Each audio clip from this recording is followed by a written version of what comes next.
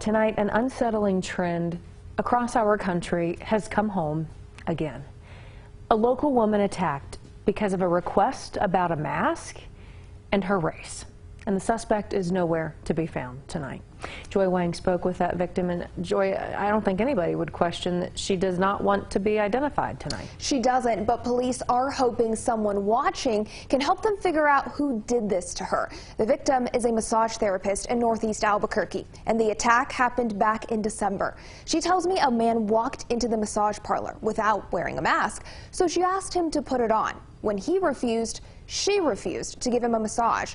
Then she was violently attacked, with the suspect reportedly calling her Chinese virus and other racial slurs. Her injuries were head to toe. She had injuries to her feet, her knees, she had muscle strains, she had abrasions everywhere. She also had an extreme amount of inflammation to her chest area and some bruising on her ribs, making it difficult to breathe. She also discussed being not able to work for a period of time after the attack. The victim told me at first she didn't think she needed to go to the hospital, but the next morning she woke up with so much pain, especially in her chest, she couldn't talk. She thought she was going to die. She actually left a note with a local advocacy group saying if she didn't make it, to please let her family know. Police are now taking a much closer look, more intense look at this case. The initial charge was a misdemeanor count of aggravated battery, leaving painful temporary disfigurement. However, with the new knowledge of these documented injuries and the knowledge of these racial slurs that were verbalized towards the individual during the attack, it's important that we take into consideration the entire element of the investigation. And right now we're working with the district attorney's office to see whether or not these charges rise to the level of felony crime. APD says they were able to get more information about this case after a meeting with community advocates. This is who they are looking for. Get a good look. And here's what we know. Police say the suspect is a man who was driving a white Ford with Florida plates. That number is on your screen, the number of that license plate. And they're asking anyone with information to call Crime Stoppers. I think it's so important that we let the community know if follow-up investigation needs to be done and a detective needs to get involved. You know, we want to work directly with them, you know, to ensure that we have all the appropriate information, evidence, that we can come up with the right charges and hold these people accountable and get justice for them.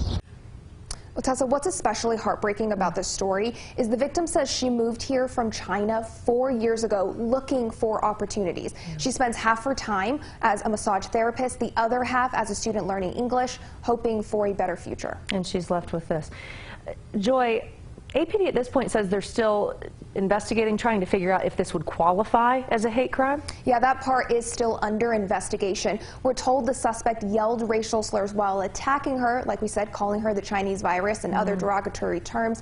But it is important to mention that police say this attack happened because of a face mask. Yeah. So he is facing aggravated battery charges. Whether the intent was racially motivated or not, the outcome is that it is one instance of a large pattern, a trend of anti-Asian sentiment, racism, words, violence, actions against our Asian business community. And it's a direct result of the pandemic and how it's been inaccurately blamed on the Asian community. And Joy, I commend you. You've done such a great job reporting on this issue in our community before. APD is trying to reach out to the Asian American community to hopefully solve, hopefully not more of these crimes. But they know it's going to take a little more time to build that trust among people. Yeah, it really is. And according to the statements police got, when this victim was at the emergency room, she was told by her translator that another massage worker was also assaulted by a customer the day before. And as you heard that advocate say, we cannot ignore race when it comes to a situation like this. Not at all. Joy, good work. Thank you so much.